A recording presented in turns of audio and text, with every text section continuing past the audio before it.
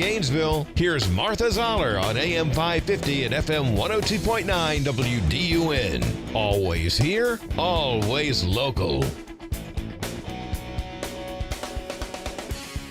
Draw this city closer Gainesville, together. here's Martha Zoller on AM 550 and FM 102.9. Individualism with the warmth of collectivism. If our campaign demonstrated that the people of New York yearn for solidarity, then let this government foster it. Because no matter what you eat, how you pray, or where you come from, the words that most define us are the two we all share: New Yorkers. So it is the Martha Zoller Show, and yesterday, it's great to be back. We'll talk a lot about a lot of different things that happened while I was gone. My unpluggedness worked pretty well. I wouldn't say I was 100%, but I did a lot less of everything and only used my phone for a phone over the last week. So it's been great. That part of it was great.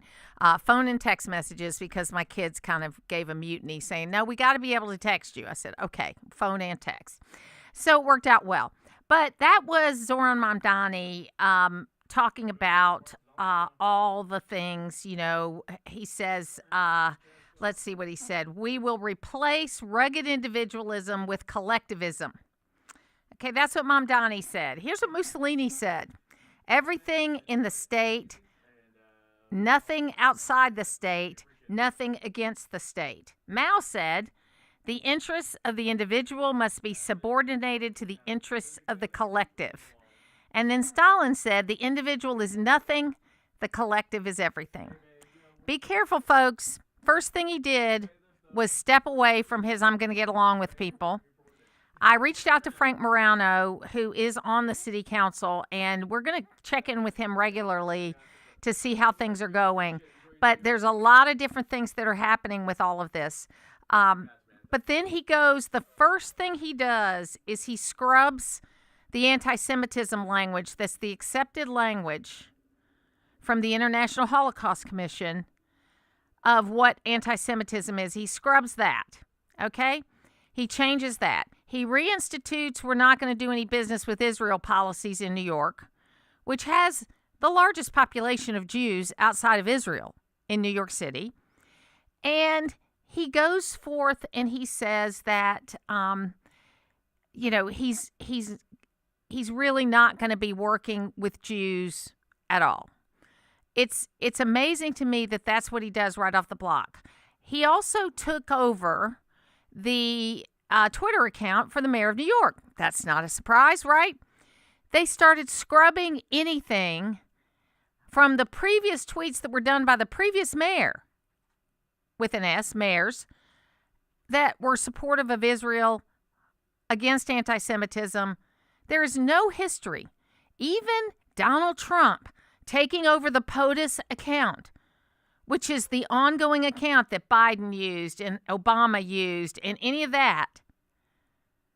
He didn't change any of the tweets that those other presidents put out. He's added his own. This doesn't happen, but it happens with Zoran Mamdani. And then Mr. Collectivist, he had to move out of his rent control apartment that he was living in, and the poor folks that had to move in after him don't have rent control because, it only stands for the people that have it, and then they can adjust the rent. But his wife was wearing very expensive designer clothes. And I only say that because I personally don't care what people wear or how much they spend on what they wear. I really don't. But when you're talking about the collective, go back and look at your history. And this is one of the problems we have with young people. They're not taught this history. Go back and look at your history, whether it's the USSR or Venezuela or any communist country you can look at. Any of the Eastern Bloc countries that are now democracies. When they were communist, the people in power had money. The people in power had nice clothes. The people in power had new automobiles. The people in power had all the things that they needed. But the people that supposedly they care about, the workers, when they start talking about you as a collective group like that, they really don't care about you. But the workers had to, when you first went into Eastern Europe, They had old cars for everybody. When they first went into to Cuba, everybody's still driving 1959 cars, if they're still running. It's that the leaders live in the fancy places with the fancy stuff, and they don't have to worry about money. They're not waiting in line for things. But the people that they're supposed to represent are. You know, you go back if you listen to Evita, if you want to, if you don't want to read the history, but you want to look at something that kind of shows you what happens. That when Perón took over Argentina, it was a democracy. It was one of the wealthiest countries in the world. And it was a partner with the UK. When they pushed the UK out and they nationalized all the businesses, within 5 years, everybody was bankrupt. But Perón and Eva Perón kept living the high life. So just watch what happens. I still believe that New York is bigger than this, and it'll be fine because we've had corrupt mayors in New York before. And I say corrupt because anybody that's trying to do the kind of things he's trying to do is corrupt because he's doing one thing and he's saying another. So we'll see what happens with him. I doubt he'll get reelected, although de Blasio did get reelected. There were 2 terms of... did he get reelected? I'll have to look that up. If somebody knows, they can let me know. But just look at what he's doing. Just look at what he's saying. And I think he got so much pushback from being friendly with Trump. And, you know, a lot of people are saying, well, we can't criticize him because Trump was nice to him. I'm sorry. I don't do what Donald Trump does. I don't have to do what Donald Trump tells me to do. I'm an individual. I'm an individual thinker. And you know what? I probably won't be going to New York until he's not the mayor anymore, which is a sad thing for me to say because I love New York City. I do. I love New York City. It's one of the greatest places in the world to go and do things. But if he's going to be scrubbing anti-Semitic definitions and encouraging anti-Semitism, if he is going to be disavowing Israel in a city that has the largest number of Jews in the world outside of Israel. Oh, funny thing, and this goes to show you that he doesn't know his history either. Mandy Patinkin, who was in Evita, by the way, had sang Somewhere Over the Rainbow because they didn't sing the national anthem. They sang the socialist anthem. They sang Somewhere Over the Rainbow thinking that it's this song about pride, Somewhere Over the Rainbow. But Somewhere Over the Rainbow was actually written about coming back to Israel. That's the underlying message of Somewhere Over the Rainbow.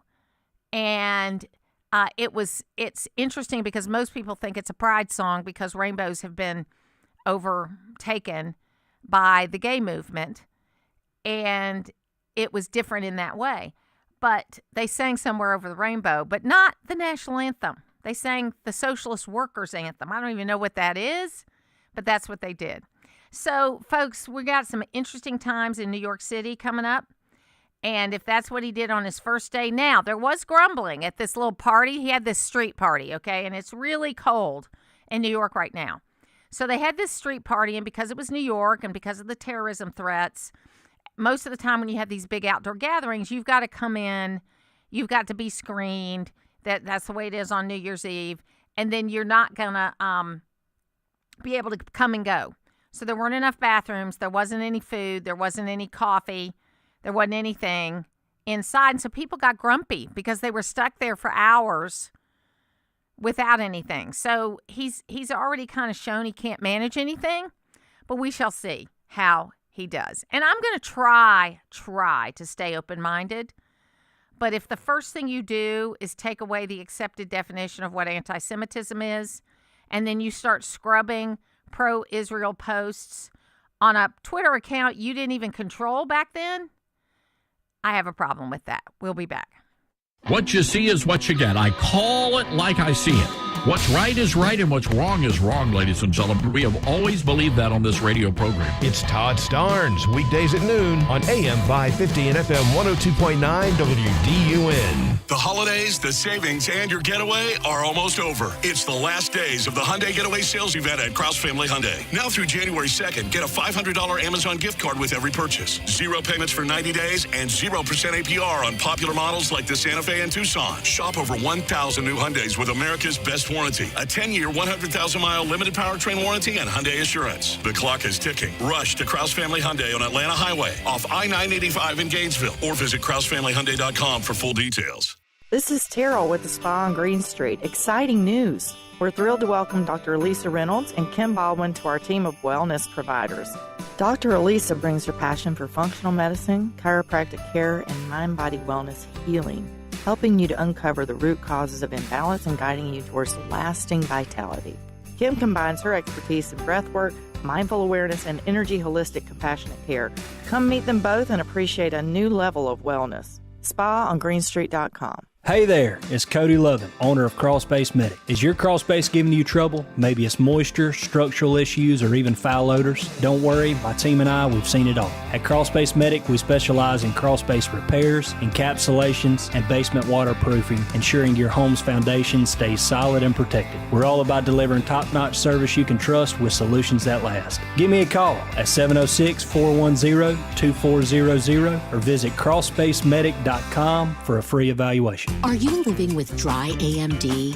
If so, you could be on the road to geographic atrophy, or GA, a condition that leads to retinal cell death and permanent vision loss. But with Izervay, you can slow it down and get it going slower. Izervay slows GA progression by targeting a key source of retinal cell death, which may help preserve your vision longer. Izervay, or Avastin Capted Pagel, is a prescription eye injection used to treat GA. Don't take it if you have an infection or active swelling in or around your eye. Izervay can cause eye infection, retinal detachment, or increased risk of wet AMD. Izervay may temporarily increase eye pressure. Your vision may be impaired after an eye injection or exam. Don't delay. Ask your doctor about Izervay today. Izervay gets GA going slower.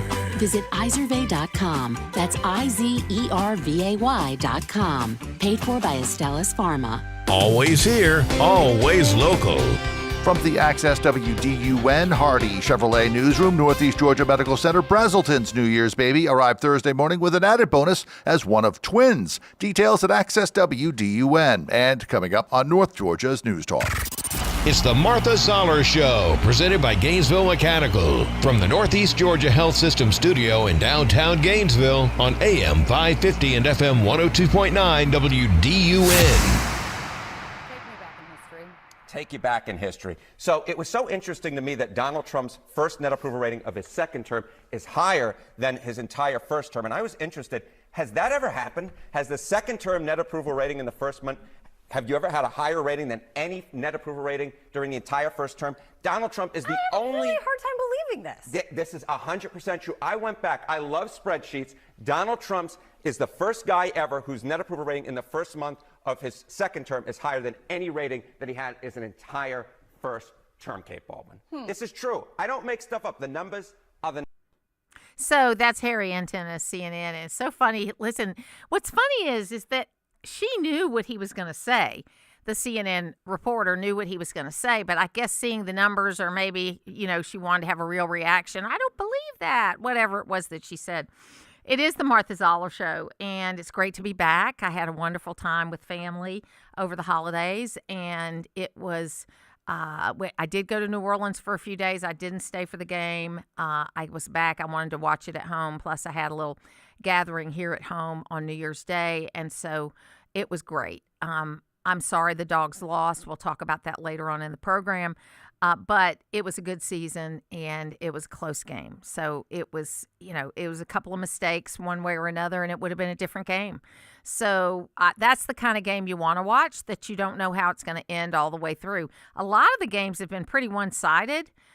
It was, and I just think it's Indiana's year, but we'll talk with Logan about that later on in the program.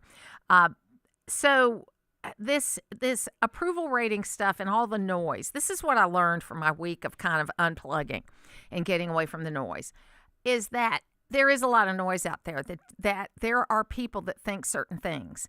And it's because they only hear the noise on their side.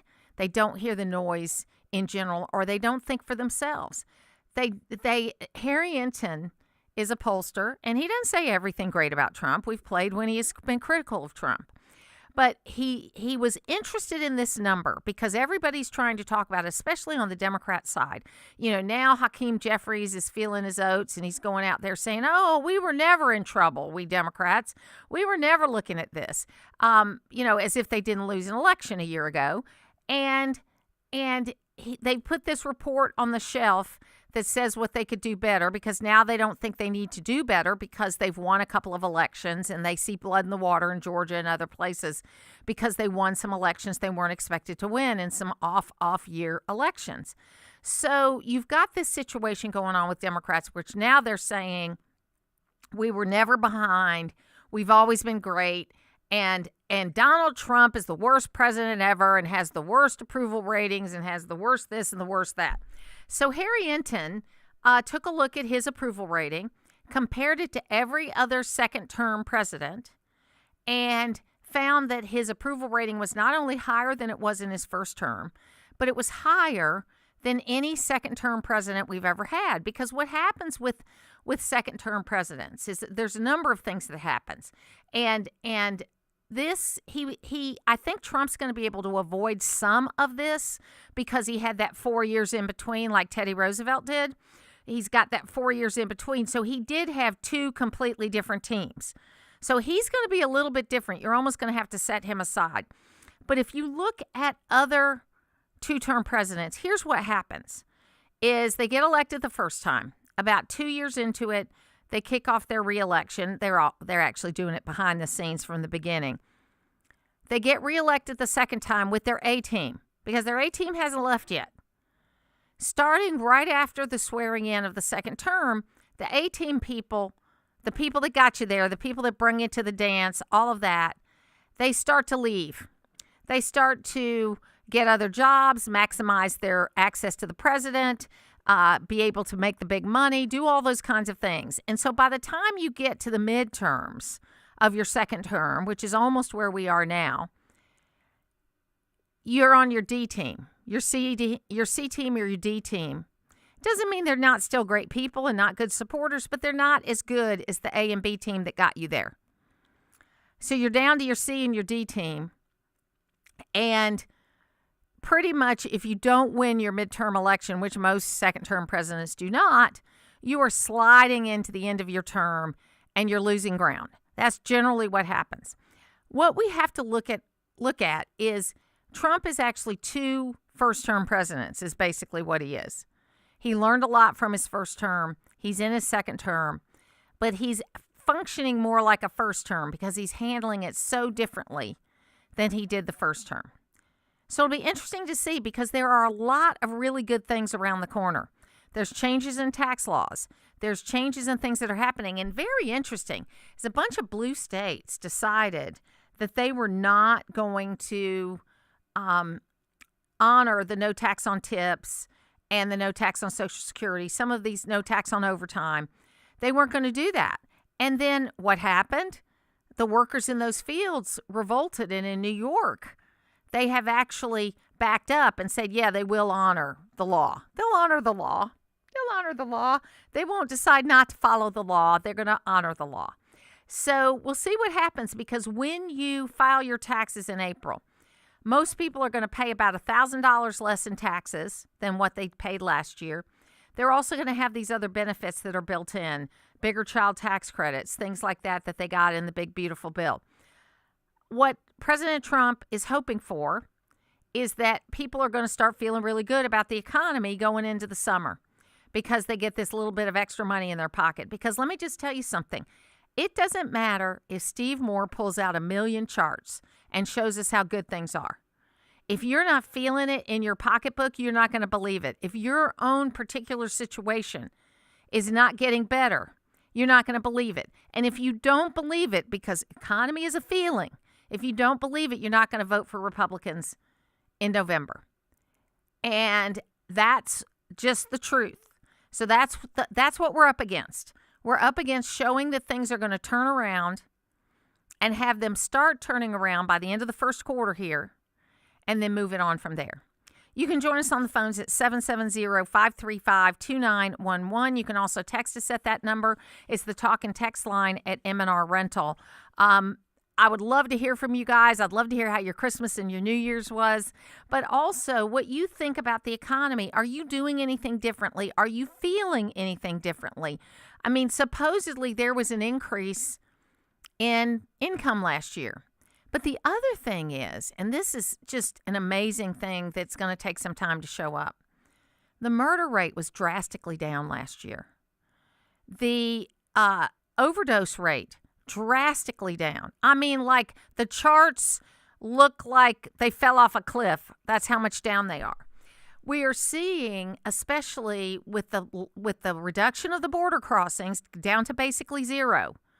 Not as many drugs were coming across the border, and certainly not as many drugs are coming into ports now because of what the president's doing. And again, it's like he's taken 7 or 8 boats out, but I bet he's deterred hundreds of boats from coming.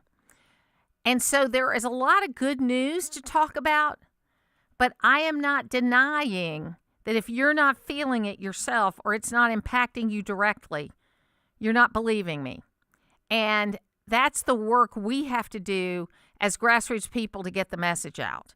That's the thing that we're going to have to deal with all of this. Now, I made a little reference there in something that I said to the Wicked movie For Good. I did see that over the weekend. It came out on streaming, so I streamed it on Prime Video, and we watched it at home with my grandchildren, and it was actually much better than the first movie.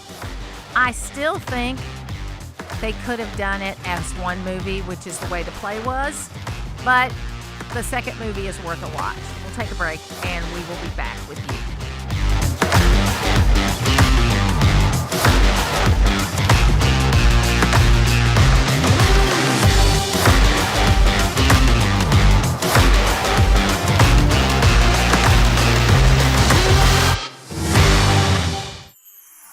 While technology has certainly changed the way people do business, it hasn't changed the way we treat our customers. It's Mike Cormier, and at Hardy Chevrolet, we are as committed to excellent customer service as the Hardys were when they started the business here in Gainesville over 4 decades ago. When it's time for a new or used vehicle, remember what Charles Hardy always said. We love you and we need you. Together, let's drive. At Hardy Chevrolet, Brownsbridge Road in Gainesville, online at hardychevrolet.com. Will your retirement accounts create tax nightmares for your heirs? Hi, I'm Haley Brock, attorney and owner of Kimbrough Law.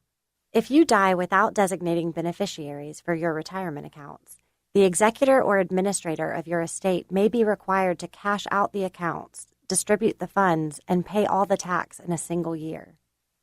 Your mistake means that your heirs won't get to take advantage of the so-called 10-year stretch under the Secure Act, a tax law that allows beneficiaries to set up an inherited IRA with the funds they received.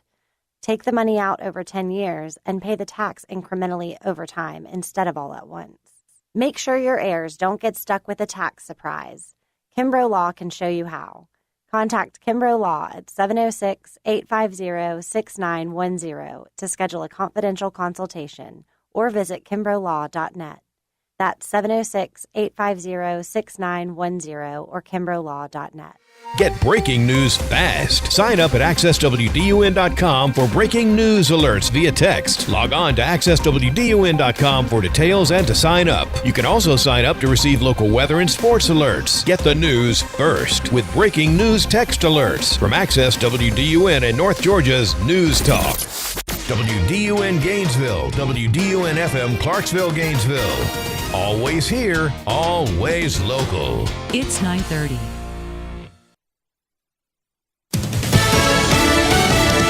Fox News. I'm Chris Foster. It's a 6th day of protests in Iran, and President Trump is threatening American intervention if there's a violent crackdown. The U.S.-based human rights activist news agencies documented 7 deaths so far. Now, President Trump's writing on Truth Social that if Iran kills protesters, the U.S. will come to their rescue, that we are locked and loaded and ready to go. An advisor to the Supreme Leader, Ayatollah Khamenei, said any interventionist hand that gets too close to the security of Iran will be cut. Jessica Rosenthal, Fox News. After months of American military pressure, Venezuela's President Maduro says he's open to talks with the U.S. In an interview on state TV, Maduro said, quote, wherever they want and whenever they want, in a reference to a dialogue with the U.S. on drug trafficking, oil, and immigration. That's Fox's Anita Vogel. Maduro hasn't confirmed or denied last month's CIA drone strike on a dock in Venezuela. America's listening to Fox News.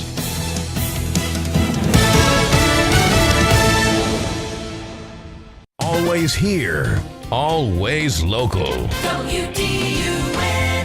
From the Access WDUN Hardy Chevrolet Newsroom, I'm Steve Winslow. A carjacking with fatal results in Lawrenceville's New Year's morning leaves an Uber driver dead, a juvenile suspect in custody. More from WDUN's Lawson Smith. The Lawrenceville Police press release from Thursday afternoon says an Uber driver was the apparent victim of a shooting and fatal carjacking from New Year's Day after having found the victim in the roadway on Groveland Parkway at around 5:20 a.m.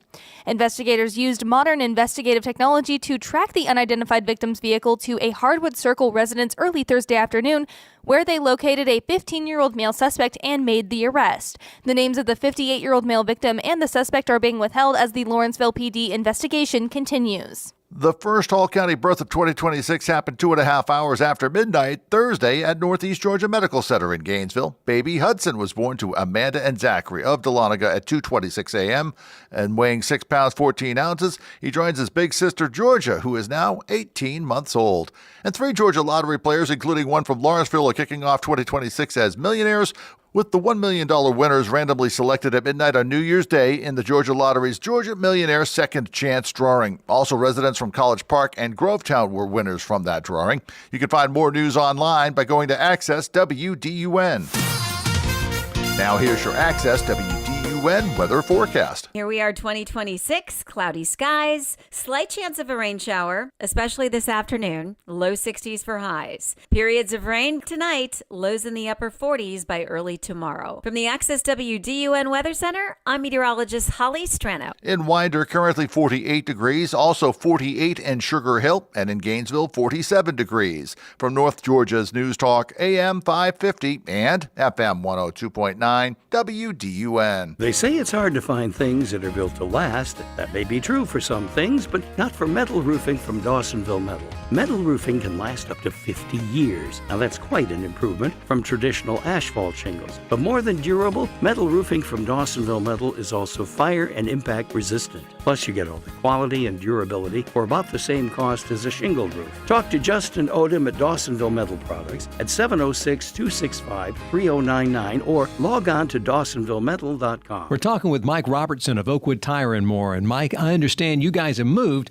Where can we find you? 3440 Mabry Road, which is right off of Mountain View. Still offering the same services? We won't be doing alignments, but we'll be doing tires. Tires, brakes, batteries, tune-ups, those kind of things that normal maintenance repair. Sounds good. Give us the address one more time. Make sure we don't miss out. You can find us at 3440 Mabry Road at oakwoodtire.com or even the same phone number, 770-535-0943.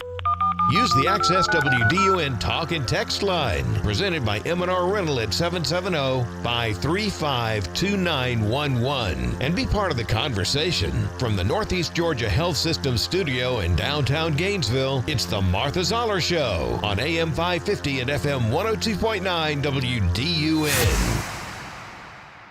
About 50 people from the Amish community spread out across Chimney Rock and surrounding mountain towns.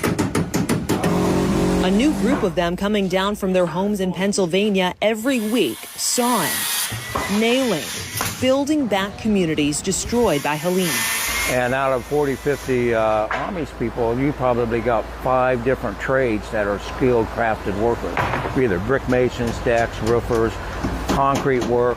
Brad Marshall with Christian nonprofit organization and disaster response group Spokes of Hope says their faith responders line up the work, resources, and material, and the Amish help get the jobs done. And at the end of the week, we've got 15, 20 jobs done and hopefully about 8 or 10 people back in their homes. It is the Martha Zoller Show. So my favorite story of the year, with no kind of dripping cynicism, was the Amish people that came and helped with Chimney Rock after Hurricane Helene. I mean, they stayed for months and gave free labor and did great craftsman work to try to help build back that town that was basically destroyed by the hurricane. But there's a lot of other stories that happened in 2025. It was one of the biggest years. I mean, it was the fastest moving year that I can remember in a very long time. Ron Hart is joining me right now. And Ron, you wrote a nice column that's in the Daily Caller. It's in other places related to the year in review. I mean, there are some crazy stories out there too. Yeah, we had many nights in my hometown of Columbia, Tennessee, and they're a form of Amish. Yeah. And, guys used to really like to date the Amish girls because there's absolutely no expectation you'll call them back the next day. So. That's right. It's always pretty good. It was a big year. You had, him blowing up these Coke boats all over the country, the Coke Zero boats down there. You had Hunter Biden, all of a sudden, with his pardon from his dad, Joe Biden's also become the spokesman for the Democrat Party. He's doing these 3-hour rambling interviews. He's so emboldened by his pardon, he's going back to the White House and ask the Secret Service for his cocaine back. Doing that pretty big way. So Disney's going to do a movie about the Venezuelan boats being blown up, and all the cocaine there, called Finding Kilo. What they're going to do. So things like that were kind of fun. And though, on a serious note related to that, the number of deaths related to drug overdoses and fentanyl poisonings, I mean, you look at that chart, it's like falling off a cliff. There's tens of thousands of lives that were saved this year because fentanyl didn't come across the border the way it had over the last 5 years. Right, and people say, well, fentanyl doesn't necessarily come from there, but it comes from Mexico and it's cut into this stuff, right? That's right. So it's just like saying your car's made in America, but the parts come from other places. So it's not like, they can, they try to, which is funny to see the Democrats defending drug dealers. It's kind of, they hate Trump so much, whatever he does, they'll go in and defend him, So even in Somalis up in Minnesota stealing money, somehow they're an oppressed community. Not all of them steal. Of course, not all of them steal. That's just a statement people say when they're trying to deflect. So, of course, they don't all steal. But. It is funny because I'm sure that just like anything else, when you show force, it can be a deterrent. And I think that was he taken out that we know of 7 or 8 or 9 of these boats, but I bet there are hundreds of boats that have decided not to go because, hey, we don't know if we can get there safely or not. That's what and you can never measure that. It's just like the whole argument about vaccines. You can't measure the kids you've saved because of a vaccine because you saved them. You can only measure the kids that have had complications related to it. And, the other big area was all the stuff related to MAHA because, for me, even though I think Robert Kennedy's a little nutty in certain areas, there's just no doubt about it. If he fixes the food supply, Ron, and we get to the point where drugs are tested appropriately and peer reviews are done in the right way, then it's worth it to me. Yeah, and another great little study I think they should do is reminding me when we talk about the Amish didn't take the vaccines. So why don't you go do a case study of the Amish community and see how they were affected by COVID. Yes. Right? So see what happened with them. That'd be they're in Pennsylvania, they're in Tennessee, they're places that are around other people. And then, there's an old joke, so the Amish weren't affected by COVID because they don't have TV. A lot of the fear and angst was covered up on CNN. A friend of mine that I do a show with called the Georgia Gang, Theron Johnson. One of his end of the year things was about all these poor CDC workers that lost their jobs and how they're supposed to be able to get a job in the private sector. Well, yeah, if they're good in their field, they'll get a job in the private sector. We're going to talk about this later in the program, but one of the real problems with research in America today is it is all funded by the government and it all has strings attached to it. research shouldn't be that way. You should take research to where it leads you. And then you have peer reviews where people can repeat the research that you did and get the same outcome. And if they don't get the same outcome, then you did something wrong. It's very simple, but the government has made it, like everything else, complicated. Yeah, and it needs to have a viable economic outcome. Like, it needs to be commercial, meaning if you have a great idea, partner with Pfizer, partner with Johnson & Johnson or whoever, you name it, Amgen, and they'll develop to the next level, right? So if what you're working on is good, then the private markets will want it at some point in time. If you're just doing circular things to get your tenure at a college and acting like you're all busy, the problem with colleges and government in general, they're never held to an outcome. Yeah, right? Absolutely. Never held to an outcome. So I got an idea for you that'll be a funny column, or it could be. So yesterday when I was watching the games and, before I got my heart broken with that Georgia Ole Miss game, the Indiana game, they had one of these, ads they do for the university, that they play, about how great the University of Indiana is. Well, I don't know if this is true or not, but they're taking credit for the GLP-1 revolution. I guess they're saying that the research started with them. And I thought that would be an interesting column because it could be that GLP-1 saves the world because you've got large size retailers are going out of business because everybody's getting thinner and people are, that Lilly's about to have a new drug that's an oral version of this of the injection and all that kind of stuff. So finally, I think instead of them, because they've had these drugs for like 20 years. And if pharmaceutical companies really believe that weight is the biggest problem people have, they've been holding it under a bushel barrel, if you want to know, because they want you to take all the other drugs that you were taking because you were fat, okay? They don't really want you to get yourself straight.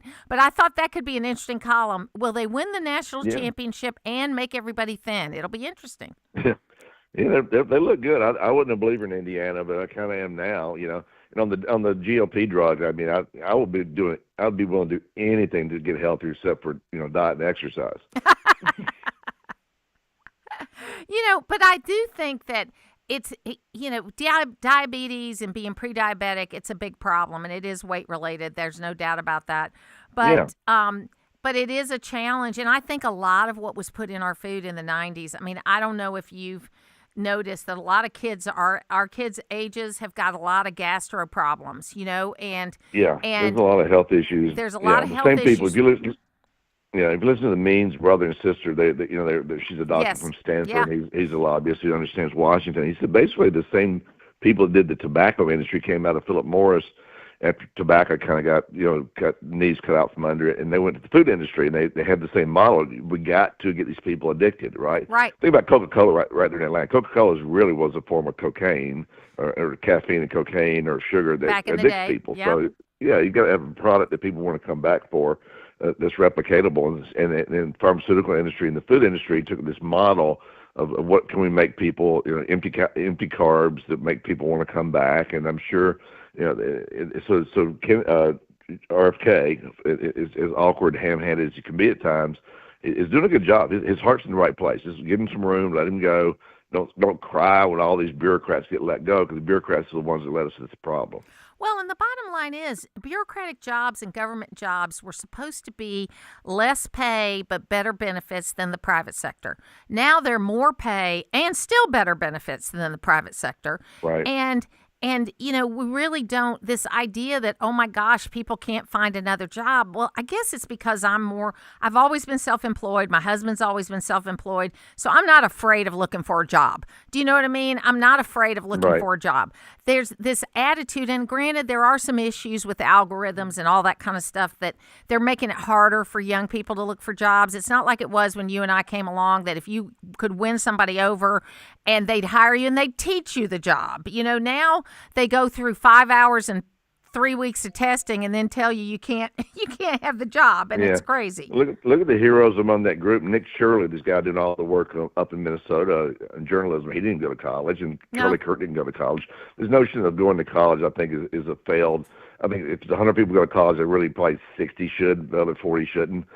Maybe 50-50, because it's really not. It's an indoctrination factory. You don't get your money's worth. You come out in debt. You come out with a warped sense of reality in terms of politics and what you're owed by society, and it's not really good unless you go to some sort of trade school, tech school, or engineering. I wouldn't, I wouldn't go to college, and no one cares about your fresh new take on Beowulf. For a liberal arts degree, no one's going to pay you for that. Oh, so, God.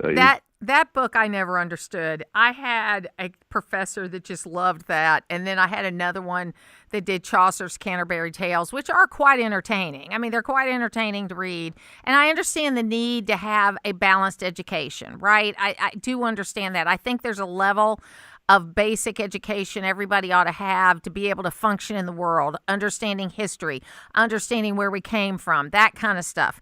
But you're right that there's still only about 22% of jobs that require a college education. That's like doctors, lawyers, accountants, that kind of thing.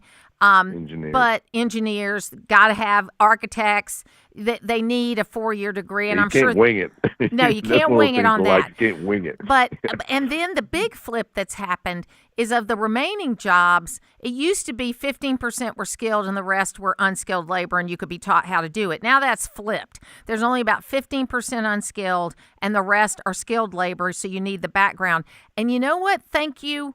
Big minimum wage in California on restaurant workers. They have taken away a great entry-level job for people that don't have much education working either in a fast food restaurant or any kind of restaurant, because you can't find anybody to take your order anymore. You've got to do it on a kiosk, and there's no person standing at the counter anymore. Right. I mean, I get the efficiency of that, right, because you price yourself out of the market. So there are a lot of entry-level jobs around. Labor is going to be okay. And with the Hispanics and illegal immigrants self-deporting, there are a lot of jobs that have opened up in construction and places like that. And construction is a great little learning experience. You're out working, you're building something, you got a P&L, you go to Home Depot, you see what things cost, you put it in the product, you try to make a profit. I mean, a lot of people have learned, business through just small things like HVAC and I'll and tell buildings. you the great news of what we're doing here in Georgia, not only have we, we're working on the literacy side, but on the career and technology side, we are starting as low as 5th grade with the math concepts for things like construction, welding, that kind of thing.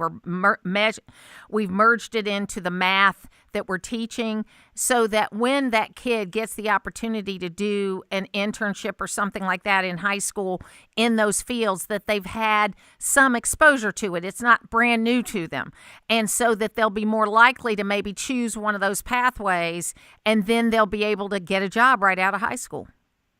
Yeah, if you can price your painting by square foot, everything by square foot in the industry, right? And a lot of kids in high school are not even taught square footage. Yes. Right? Measure this, measure that. I got to paint this wall. It's 800 square feet. The total painting, and paint costs this. You put all these variables into your model, you learn, right? You keep doing it. It's repetition. That's right. But real life really does help you. When your dollars are at stake and it's your money, you really do pay attention. Ron Hart, you can go to ronaldhart.com and see all the things that he has written. You can also watch some videos of his funny comedy that he does. And there's lots more to come right here. Thanks for being with me, Ron. Take care. We'll take a break. Lots more to come.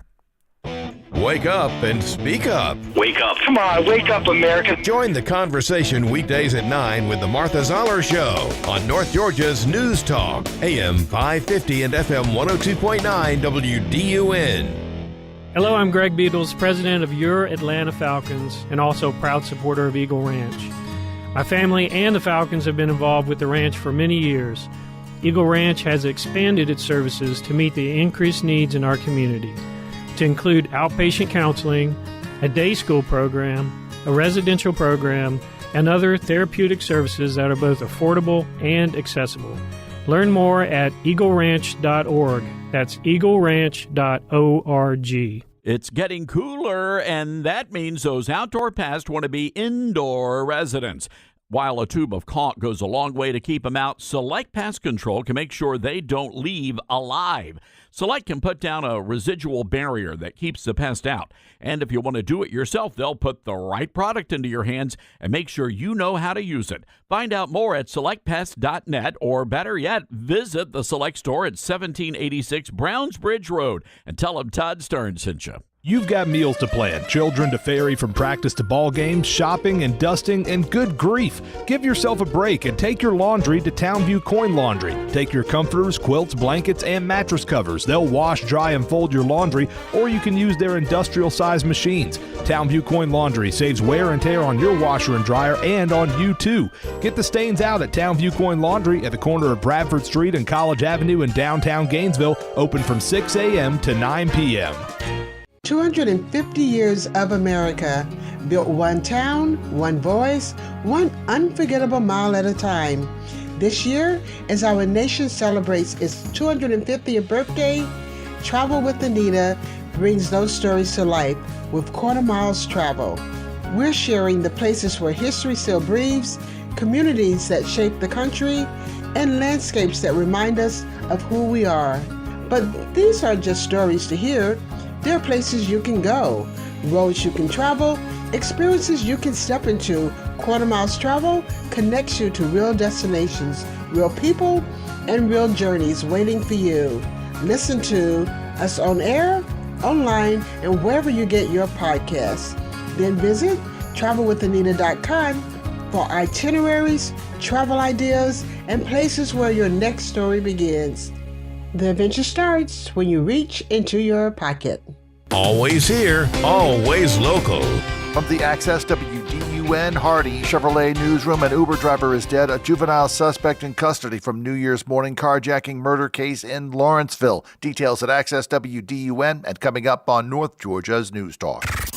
It's the Martha Zoller Show, presented by Gainesville Mechanical. From the Northeast Georgia Health System studio in downtown Gainesville on AM 550 and FM 102.9 WDUN. It is the Martha Zoller Show, and I got a text message in at 770-535-2911.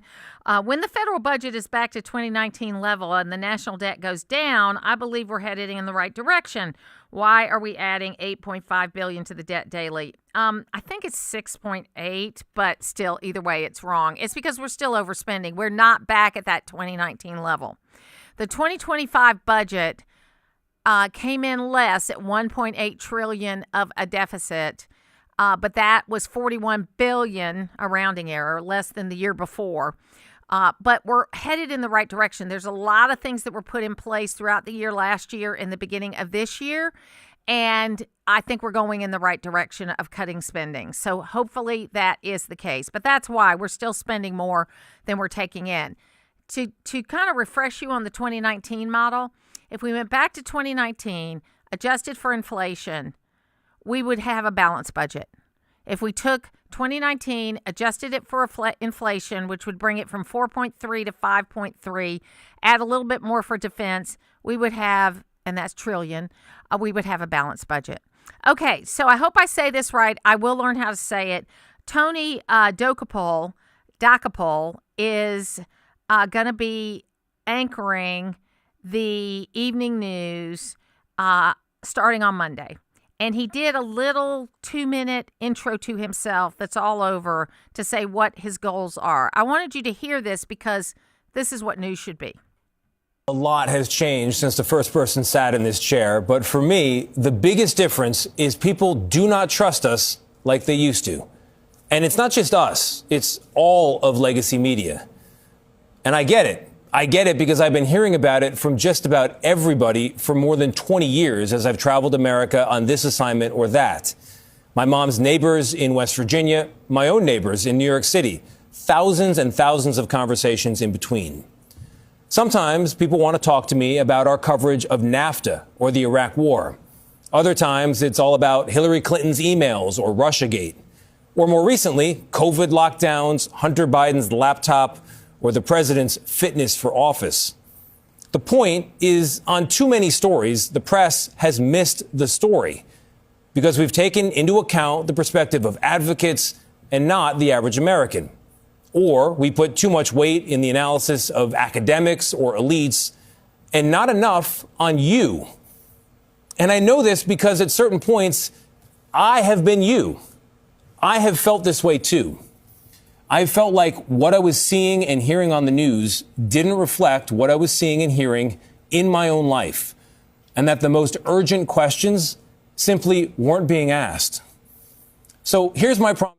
I'm excited to hear this because he's going to treat this like old school news. And I'll watch CBS Evening News, probably not live because I don't have those services anymore, but I will watch them and see what I think about it. Also, we are now in the year of the 250th anniversary of the Declaration of Independence, which is the beginning of our country. And on New Year's Eve, they did the most amazing thing, which I think every night they're going to be lighting up the Washington Monument with different parts of the story of America. People, this is a great opportunity. You know, I always say, vote, parent your child, and have a face-to-face conversation with someone.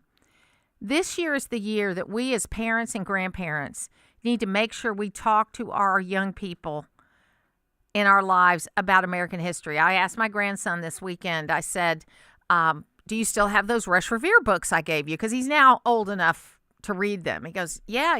I said, well, I'd love for you to start reading them. Let's read them together. Because there's a lot of history of America that you need to know. And he said something like, well, you know, nobody likes us. And I was like, where'd you get that from? You know, you hear it. Nobody likes us. No, everybody likes us. Everybody wants to be us. Everybody wishes we were here. This is why they're all coming in and trying to destroy what we've done, is because they all wish that they could be us. And we need to teach the American history the right way. And it starts with a lot of different things, but also the history around slavery. Because the UK and the United States of America were kind of at the end of the Atlantic slavery world. And England first and then the United States second actually outlawed slavery. First two developed countries to do that. And they actually spent more resources preventing slavery than they did promoting slavery. And so while we are not perfect, while we are not, we didn't do everything right, we have tried to fix the things that are wrong about our country. And we put everything, as Gordon Sinclair said, in the front window for everybody to see, to debate, and discuss. And I think because of that, we need to understand that this is the greatest country that in the history of the world that the world has ever known. And we need to protect it and defend it, and we need to get along better. And that will start by voting, parenting your children, and having face-to-face conversations with people. I'll be back.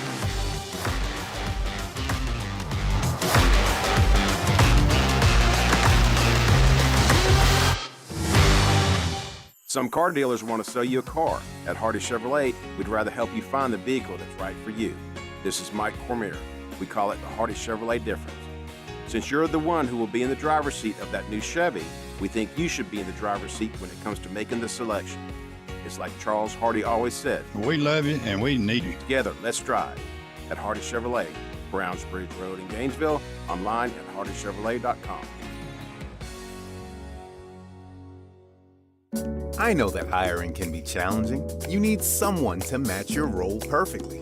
Well, now you can meet them fast on ZipRecruiter. Build your team, build it sooner. Meet your match on ZipRecruiter. Just head to ZipRecruiter.com/free right now to try it for free. That's ZipRecruiter.com/free. Meet your match on ZipRecruiter. Try it free. Welcome back to Winter Hack Radio, the place for clever hacks to survive the season. Icy driveway? Well, try spreading sand or birdseed to help with traction. Snowy puppy paws? Well, grab a whisk, brush it off, done. Catch COVID-19? Well, just get... Actually, there's no hack for COVID-19. But if you test positive, prescription medications for COVID exist. Ask your doctor if they're right for you. Visit PfizerForAll.com to learn more. Sponsored by Pfizer. WDUN Gainesville, WDUN FM Clarksville, Gainesville. Always here, always local. It's 10 o'clock. The U.S. is locked and loaded and ready to go. I'm Dave Anthony, Fox News. President Trump posted that on Truth Social early this morning in a warning to Iran that if they kill peaceful protesters, he wrote the U.S. will come to their rescue. These protests in Iran have been growing throughout the week and are now in at least 27 different cities. And there are at least 7 deaths reported in the anger over economic troubles, including surging inflation. Fox's Lucas Tomlinson also reports from West Palm Beach, Florida, near the president's resort. Iran's Secretary of the National Security Council responding to Trump angrily saying, quote, Trump should know that American interference in this internal issue is equivalent to chaos across the entire region and the destruction of American interests. The Small Business Administration is cutting off loans to nearly 7,000 borrowers in Minnesota amid allegations of $400 million of fraud, on top of the multi-billion-dollar daycare fraud allegations being investigated in the state, where there's something new starting this year, also under scrutiny by Minnesota Republicans. Even in the lead up to this new program officially launching, whistleblowers in Minnesota were apparently sounding the alarm about how people were already planning to scam it. The state's new paid leave program allows for up to 20 weeks of paid leave a year for almost every resident, with it being for medical leave or to take care of family, and taxpayer dollars will pay out a percentage of a person's salary up to $1,420 a week. Fox's Garrett Tenney. We're just getting an update on that bar fire in Switzerland early New Year's morning. Officials now say sparkling flares on top of champagne bottles started it. Partygoers ran for their lives, having to run up a narrow staircase out of the basement or break windows to escape. Fox's Rebecca Castor says they're still working to identify all 40 of those killed. The earthquake this morning in Mexico. People fled buildings from Mexico City to Acapulco, worried about the shaking. The quake, a magnitude 6.5, centered near Acapulco and San Marcos. No serious damage reported yet. America's listening to Fox News. Always here, always local. From the Access WDUN Hardy Chevrolet Newsroom, I'm Steve Winslow. A carjacking with fatal results in Lawrenceville's New Year's morning leaves an Uber driver dead, a juvenile suspect in custody. More from WDUN's Lawson Smith. The Lawrenceville Police press release from Thursday afternoon says an Uber driver was the apparent victim of a shooting and fatal carjacking from New Year's Day after having found the victim in the roadway on Groveland Parkway at around 5:20 a.m. Investigators used modern technology to track the unidentified victim's vehicle to a Hardwood Circle residence where they located a 15-year-old male suspect and made the arrest. 2 men are facing charges after a fire that destroyed a building at a tire shop in southern Gwinnett County Tuesday. The fire was at Mavis Tires and Brakes on Centerville Rosebud Road and was first reported by a bystander just before 2:30 p.m. After the fire was knocked down, called in our fire investigators to look at the cause of the fire. Due to their investigation, we were able to determine that it was incendiary. Gwinnett Fire and Emergency Services Captain Ryan McGibney. Dozens of special education students from Commerce City Schools will be getting a trip to the Great Wolf Lodge in LaGrange as a Christmas gift funded by community members. Commerce High School special education teacher Wes Massey organized the second annual GAA Christmas celebration with local churches and businesses donating around $15,000. This has become a community event that I never thought would kind of get to where it is. I've always dreamed of it. I've always wanted it to be, but to see where it is now is truly a blessing and a testament of our community. Massey said that his ultimate goal is to see the event expand beyond the City of Commerce and include other schools from across Jackson County. And Northeast Georgia Medical Center's Brazelton New Year's Baby of 2026 arrived Thursday morning with an added bonus. WDUN's Logan Landers explains. In GMC, Brazelton's New Year's Baby arrived Thursday morning as the first of twins born that day. Cohen Anthony Hopper was born at 4:58 a.m. to mom Brittany and dad Ryan Hopper of Houston, weighing 5 pounds 15 ounces and 19.69 inches long. Just 16 minutes after Cohen arrived, his twin brother Caden Michael Hopper was born, weighing 4 pounds 4 ounces and measuring 17 inches long. You'll find more news online at Access WDUN. Now here's your Access WDUN Friday forecast. Great Friday morning, North Georgia. Happy New Year. Here we are, 2026. Cloudy skies. Slight chance of a rain shower, especially this afternoon. Low 60s for highs. Periods of rain becoming likely tonight. Lows in the upper 40s by early tomorrow. From the Access WDUN Weather Center, I'm meteorologist Holly Strano. In Mulberry, 50 degrees. Tiger, 47. And in Gainesville, 49. From North Georgia's News Talk, AM 550 and FM 102.9 WDUN. WDUN. Are you ready to tackle your lawn this cutting season? Get ahead of the game with Toro and Howard Brothers before spring is here. Now's the perfect time to prepare for spring with the trusted performance of Toro. Toro mowers are built to handle Georgia's toughest lawns with precision and durability on your side. Head to your local Howard Brothers and find the exact Toro mower to make your spring work a breeze. The grass is always greener when you take care of it with Toro and Howard Brothers. Talking about the issues that affect you most. It's the Martha Zoller Show, presented by Gainesville Mechanical. Now from the Northeast Georgia Health System studio in downtown Gainesville, here's Martha Zoller on AM 550 and FM 102.9 WDUN. Always here, always local.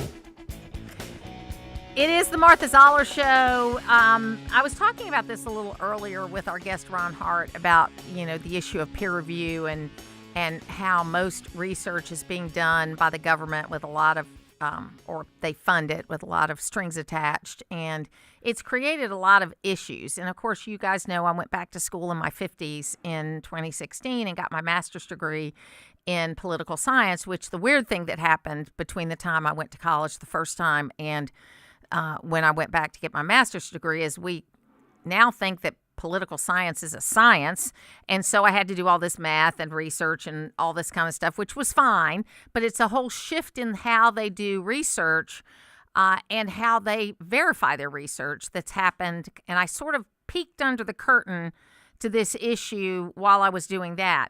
So Goldwater Institute senior fellow Timothy Minella is joining us right now. He's published a new report called Peer Review Gone Wild, and talks about academic journals, and they promote ideology over scholarship.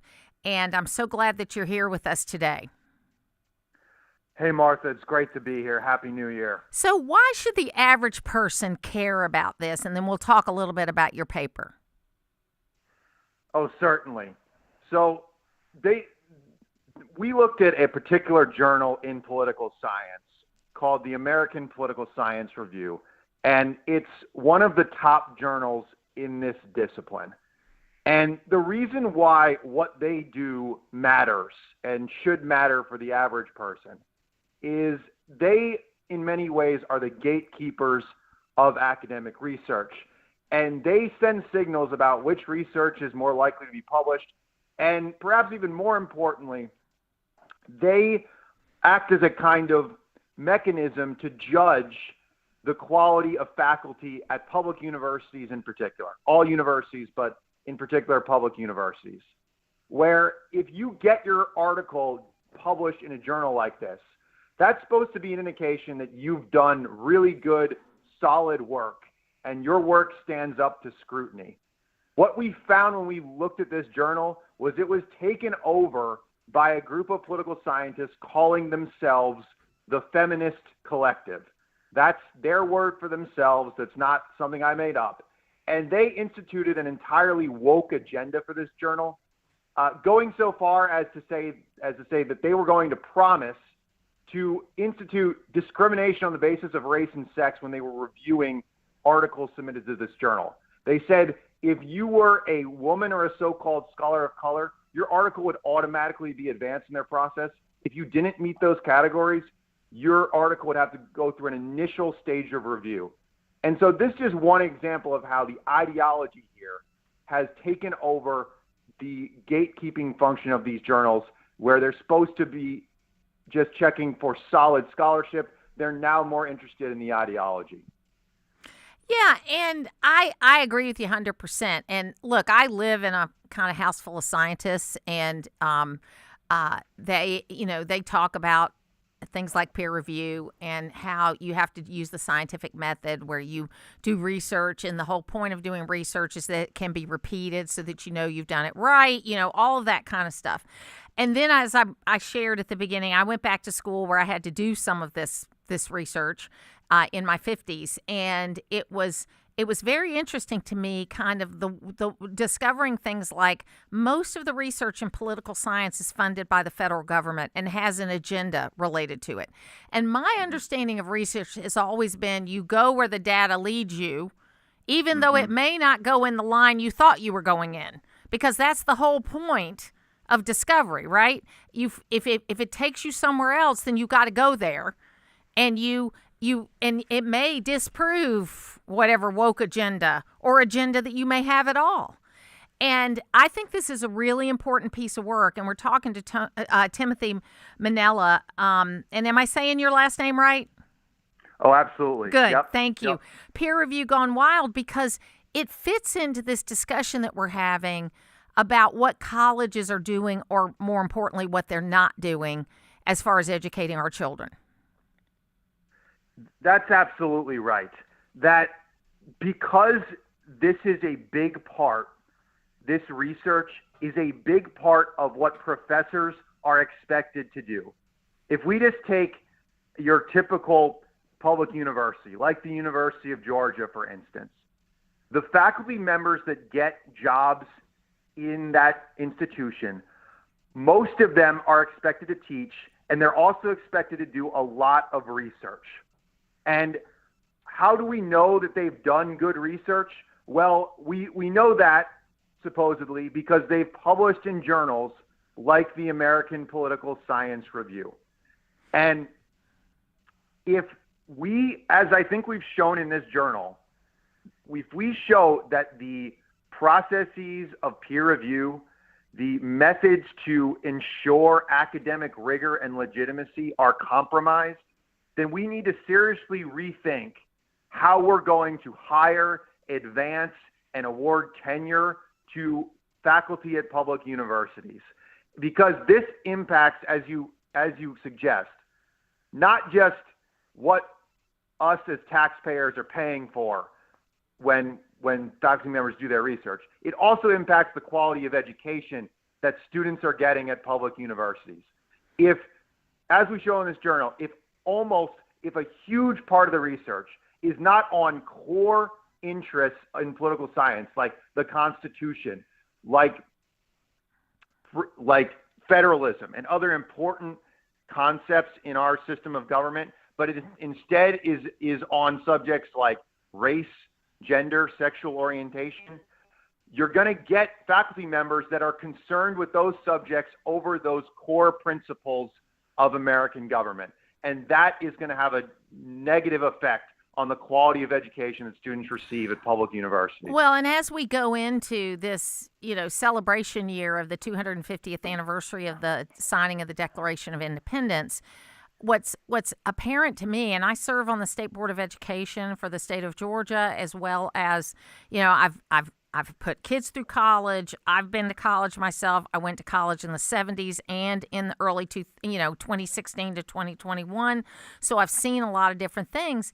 What you're seeing is that young people don't know American history. That's just the bottom line. Mm-hmm. They don't understand the context. Most of these professors, and I had a professor say to me, and since I was 56 when I went back to school, I was older than most of my professors, quite frankly. I mean, there were a couple of old ones like my age, but most of them were younger. And it was so funny, if we were ever talking about anything historical, they'd look at me.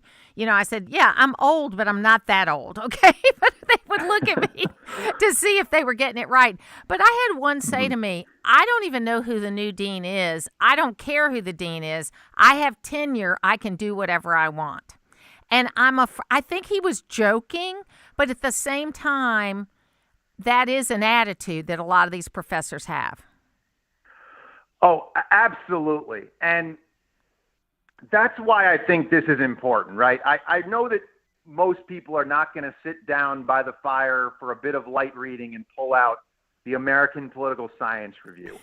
But the reason why this matters is that it in part determines what people get tenure at these what kinds of people get tenure at these public universities.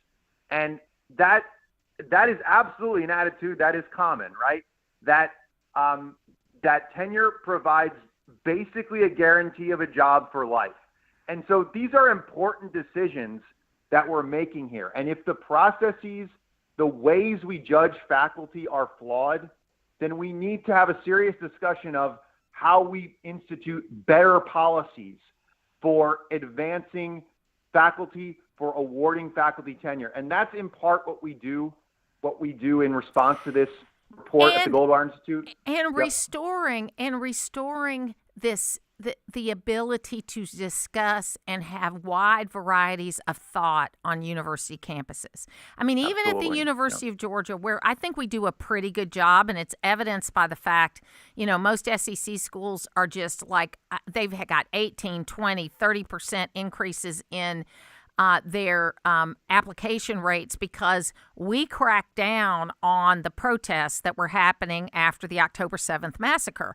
We did not allow, it's not that we didn't allow protests to happen on our campus, but we did not allow buildings to be taken over. We did not allow students to be blocked from going to their classes. We did not allow any of that. And early in that process, and in fact, there were 6 political science students that got carried out of a protest by state troopers because they wouldn't disperse, and they ended up getting expelled. So we sent the message, and I remember talking to the dean about it. We sent the message that you are going to follow the rules on this university campus. You can have free speech and you can protest, but if you are asked to move, you are going to move. And if you don't move, we are going to move you. And I think a lot of parents liked that.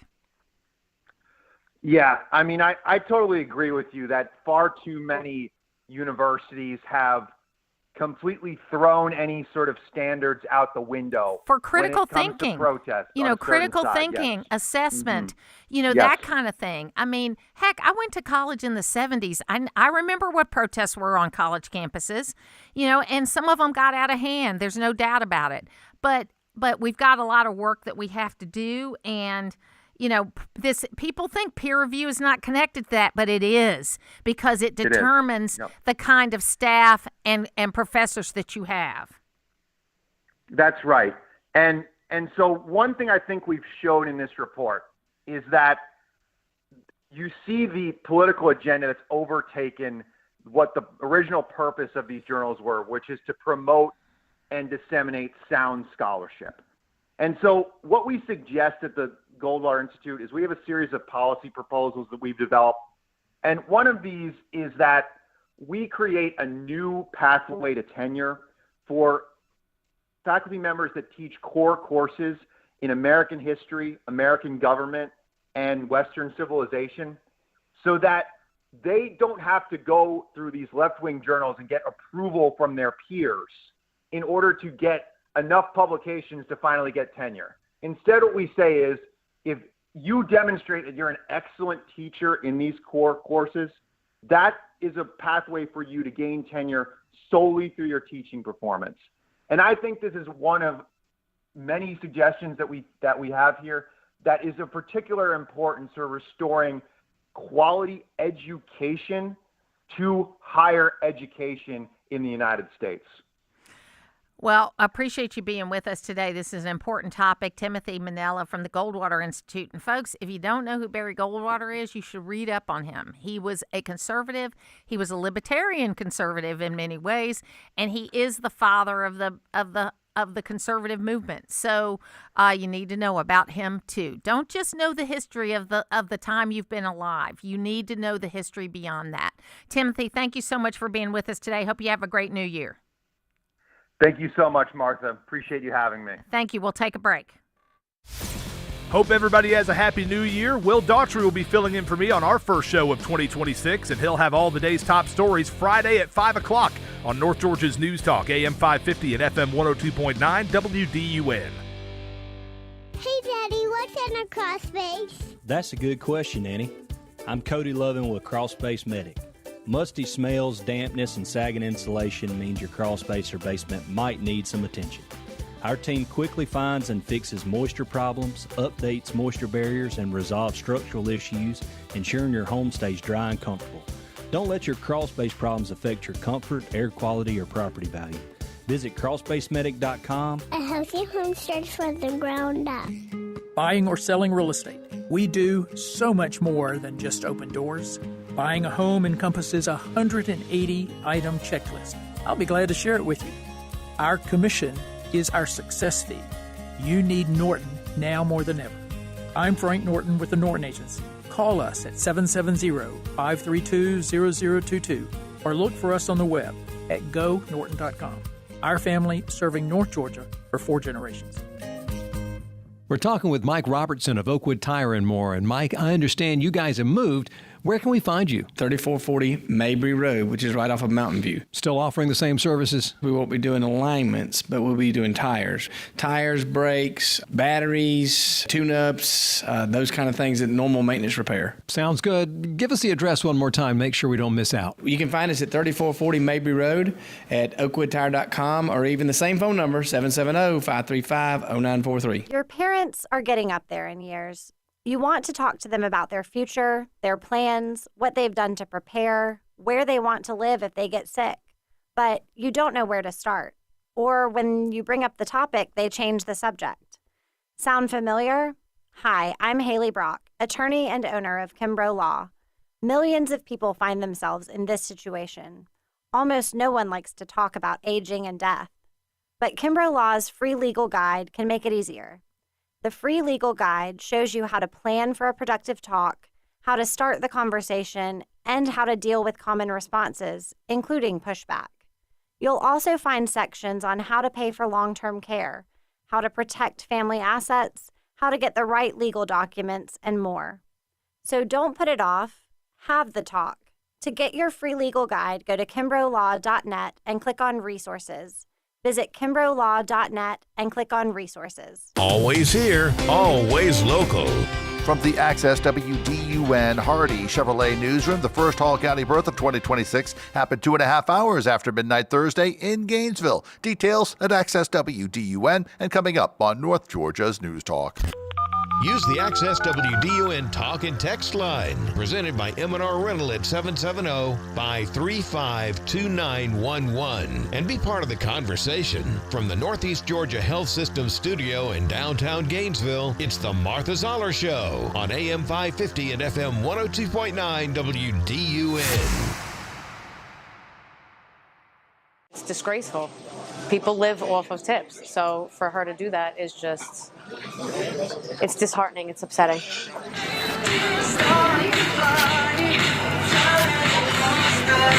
I'm Zoe. I work at the Embassy Diner for 2 years. It's very disappointing. I was looking forward to that when the president was running, so it's a little disappointing. It is the Martha Zoller Show. That was a waitress that she found out that her state was not going to allow her to take no tax on tips. Now, New York has walked that back, okay, and because they got so much pushback, because New York City has got a lot, as well as New York State, because they have a lot of tourism, but they, especially in New York City, there are a lot of people that make tips. A lot of people.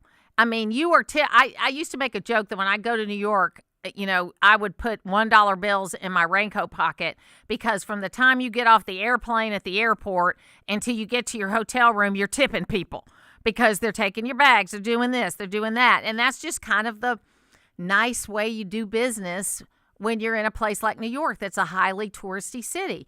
And this was a woman who is a waitress. So, you know, they've backed up on it, but can you believe this, that a state would say, you know, Logan, I want to know what you think about it. The federal government passes a law that says no tax on tips, no tax on overtime, no tax on Social Security payments, and you have 8 blue states, because they don't like the bill, saying they're not going to do it.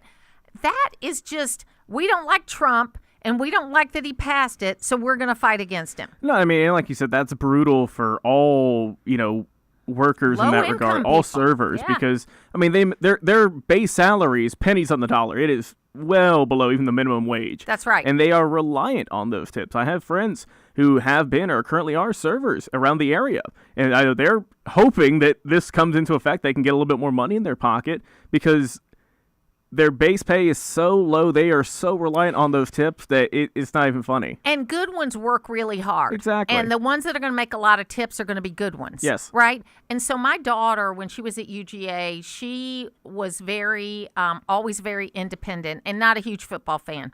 So she, in 2011, she couldn't find a job here this summer. She was home for the summer. That was a really bad year. And so I said, hey, why don't you, your brother's living in Athens, why don't you go ahead and try to find a job in Athens, right, even though I'd love for you to stay home. But you could wait tables, you could do whatever. So she got a job at De Palma's back, 2011. She worked there for the next 4 years at De Palma's.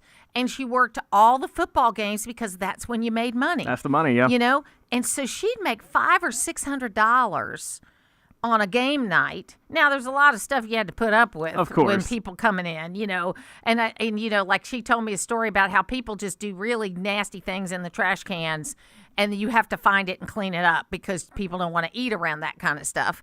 So, but if you know, it was mostly cash back then, and then while she was serving between 2011 and 2016, they changed this thing to where the tips became claimed. They started doing tax on tips. So the tax on tips is not that old, the tax on tips. So it's interesting. Anyway, folks, don't try to take money away from lower income people, like tips and overtime and that kind of stuff. This is a nice thing that this bill is doing. And I always kind of thought it was wrong for you to have to pay income tax on tips. Yeah, I know it's income. But as Logan pointed out, I think at the time she was waiting tables, my daughter was waiting tables, I think it was like $2.25 an hour was what she got paid, something like that, which was $5 less than what the minimum wage was. So come on, man. What are you trying to do here? If you don't like it, then get elected to Congress and change it. So a friend of mine, Pam said, sad day in Mudville. We just can't play when we have this much time off. So I want to wait until the end of the show to really talk about Georgia, but I am wearing my national championship shirt and wearing red and black in solidarity. So if you're on the YouTube version, you can like and subscribe, and we'd love for you to be a part of that.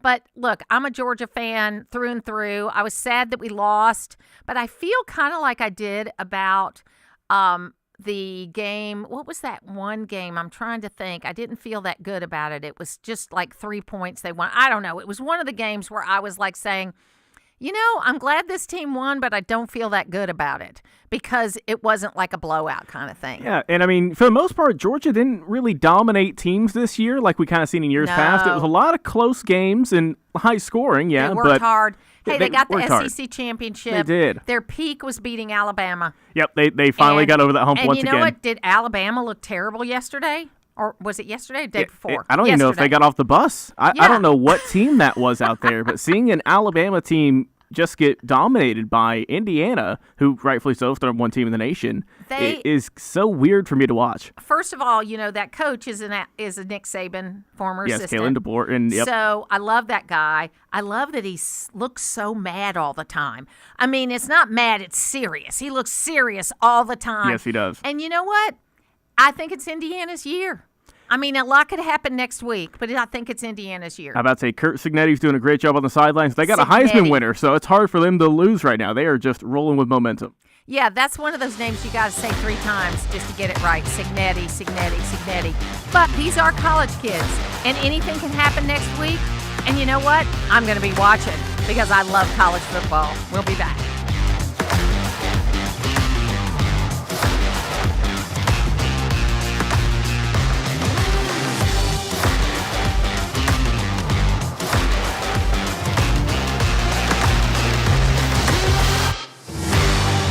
Are you frustrated with your contacts? Have your glasses become more of a burden? Well, don't suffer. Hi, this is Kim. Here at Advanced Eye Center, we offer all laser LASIK to free your eyes. When you consider not only the amount of money you pay for all of that eye gear, but also the amount of time you spend handling contacts, glasses, cases, solution, and eye drops, how can you not afford to have LASIK? Invest in you. Save your money. Save your time at Advanced Eye Center. Vision correction for all ages. Welcome back to Winter Hack Radio, the place for clever hacks to survive the season. Icy driveway? Well, try spreading sand or birdseed to help with traction. Snowy puppy paws? Well, grab a whisk, brush it off, done. Catch COVID-19? Well, just get... Actually, there's no hack for COVID-19. But if you test positive, prescription medications for COVID exist. Ask your doctor if they're right for you. Visit PfizerForAll.com to learn more. Sponsored by Pfizer. Hear that? That's Mike. He took ZzzQuil Pure Z's, so now he's sleeping soundly on a Sunday night. ZzzQuil Pure Z's are fast-acting melatonin gummies with a complementary botanical blend to help Mike get the sleep he needs to wake up refreshed and ready to conquer Monday. Let's do this Monday. ZzzQuil Pure Z's, just for sleep. really great sleep. These statements have not been evaluated by the Food and Drug Administration. These products are not intended to diagnose, treat, cure, or prevent any disease. Use as directed. Seems to be as many superstitions about the new year as there are days on the calendar. An Irish superstition says that banging a loaf of stale bread against the walls will bring you a plentiful year. Nice, but I think I'd rather use it to make a sandwich. Hey, it's Bill Main, hoping your resolution for 2026 is to start your day with me, Steve, and Logan on Mornings on Main Street, here on North Georgia's News Talk. WDUN Gainesville, WDUN FM Clarksville, Gainesville. Always here, always local. It's 10:30. News, I'm Paul Stevens. President Trump is now posting about growing protests in Iran. President Trump's writing on Truth Social that if Iran kills protesters, the U.S. will come to their rescue, that we are locked and loaded and ready to go. An advisor to the Supreme Leader, Ayatollah Khamenei, said any interventionist hand that gets too close to the security of Iran will be cut. Fox's Jessica Rosenthal. Investigators, meantime, trying to find the cause of a bar fire in the Swiss Alps that killed 40 people and injured 115 others. Just after 1:30 in the morning on New Year's Day, a fast-moving fire tore through a popular bar in Crans, Montana. That's in the heart of the Swiss Alps. 13 helicopters and 42 ambulances rushed to the scene while partygoers ran for their lives, having to run up a narrow staircase out of the basement or break windows to escape. Fox's Rebecca Castor. America's listening to Fox News. Always here, always local.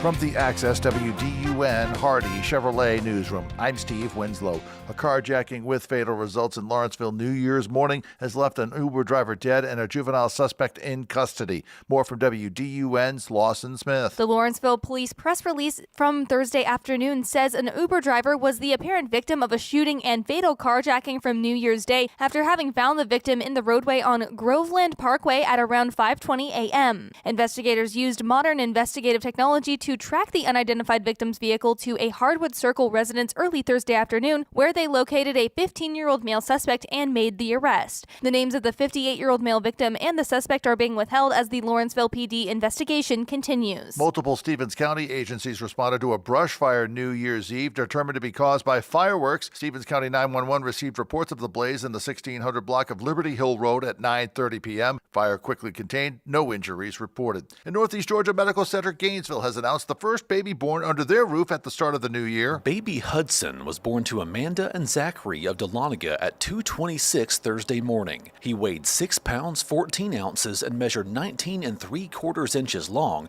and joins his big sister Georgia, who is now 18 months old. WDUN's Brian Perkle reporting. You'll find more news online at Access WDUN.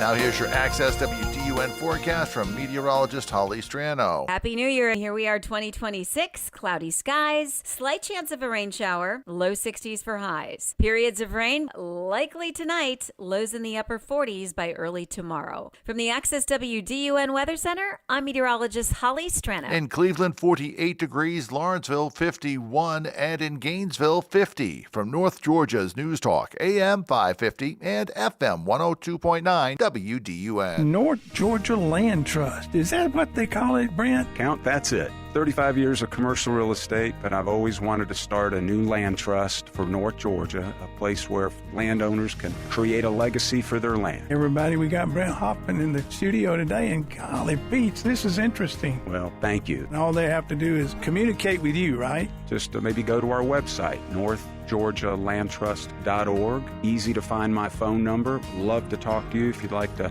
set aside land for future generations. Well, tell me how you met Electronic Sales Company. Paul and I have been a customer of yours for 34 years. It makes my wife feel good, the fact that we have a monitored alarm system, and you guys have done truly a good job. Hey, folks, and if you're looking for what Brent's been experiencing for 30-plus years, call us at 770-532-3334. Also, we can be found on the website electronicsalesco.com. It's the Martha Zoller Show, presented by Gainesville Mechanical. From the Northeast Georgia Health System studio in downtown Gainesville on AM 550 and FM 102.9 WDUN.